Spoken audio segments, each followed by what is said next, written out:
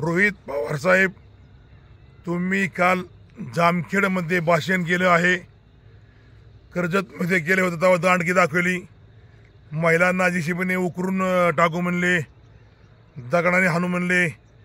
तसेच काल जामखेडमध्ये तुम्ही भाषण केलं. बघतो एकाचे. माझी तुम्हाला विनंती आहे, तुम्ही एकदाच तुमचे सगळे बारामतीचे सगळे मशीन घेऊन आणून हे 2 तालुके पूर्ण संपून टाका, सगळी माणसं मारून टाका. म्हणजे तुम्हाला ताण नाही आणि परत आम्हाला ताण नाही, काही बघायच नको. मी सगळे बंगले सगळे जमिनी सगळ्या तुम्हाला होत्या, अशी माझी तुम्हाला विनंती आहे. म्हणजे तुम्हाला बघतो, दांडकी आणतो, हे तुम्हाला काहीच पण त्रास होणार नाही. हे सगळे मारून टाका अशी मी तुम्हाला विनंती करतो. आणि काल जे तुम्ही जामखेडच्या सभेत घोषणा केली, 3 लाख रुपये कर्ज माफ करू, गॅसच्या 3 टाक्या मोफत देऊ, अजून बऱ्याच घोषणा केल्या आहेत. तसेच तुम्ही मागच्या विधानसभेच्या वेळेस 28,000 मुलांची लग्न करून देऊ, एक लग्न झालं नाही. मुलांचा मेळावा घेतला, लायसन काढून देऊ, त्याला 4,000 मागितले. पुन्हा नोकऱ्या लावू, नोकरी नाही. प्रत्येक गावातून शेतकऱ्यांचे म्हणजे सगळ्यांचेच बँकेचे खाते नंबर नेलं, तुम्हाला पैसे टाकू, ते नाही. तुमची एक सुद्धा घोषणा मागची झाली नाही.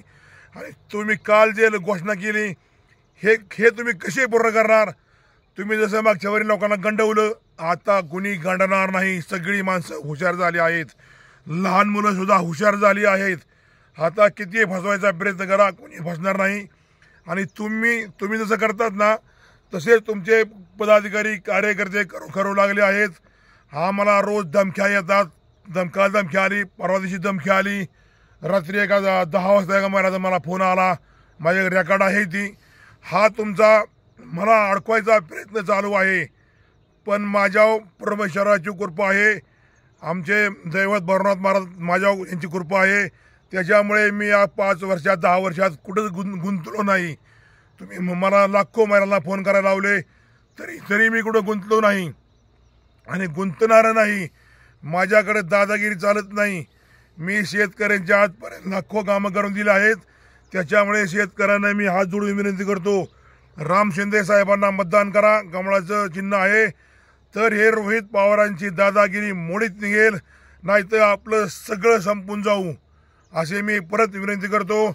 आणि सर्व 2 तालुक्यातील लोकांना विनंती करतो, ह्या रोहित पवारांची भाषा बघा आणि आमच्या नेत्यांच्या आमची भाषा बघा.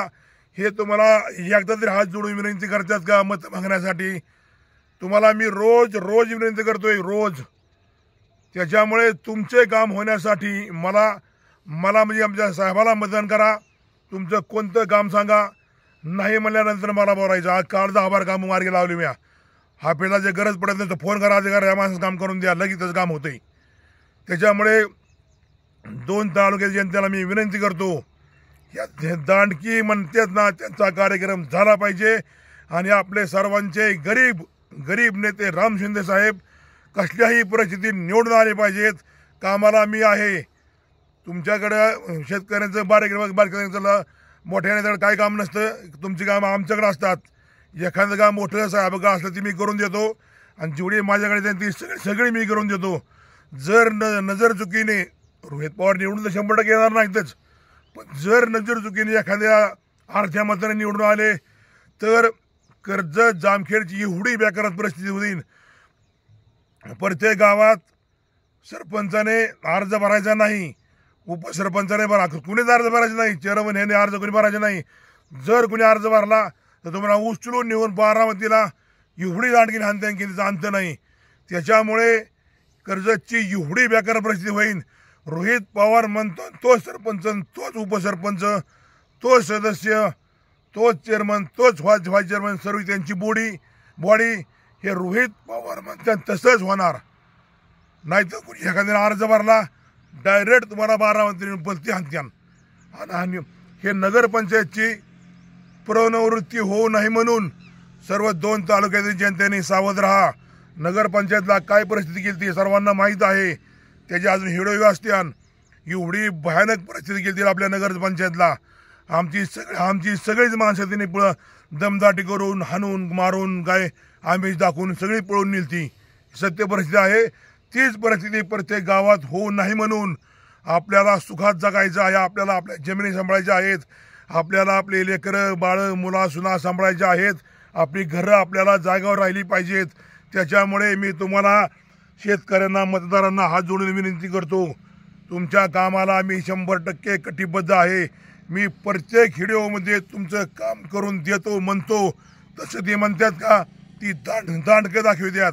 त्याच्यामुळे परत विनंती करतो, जय जिजाऊ, जय शिवाजी महाराज, जय भीम, जय मातंग समाज, सत्यमेव जयते, सत्यमेव जयते.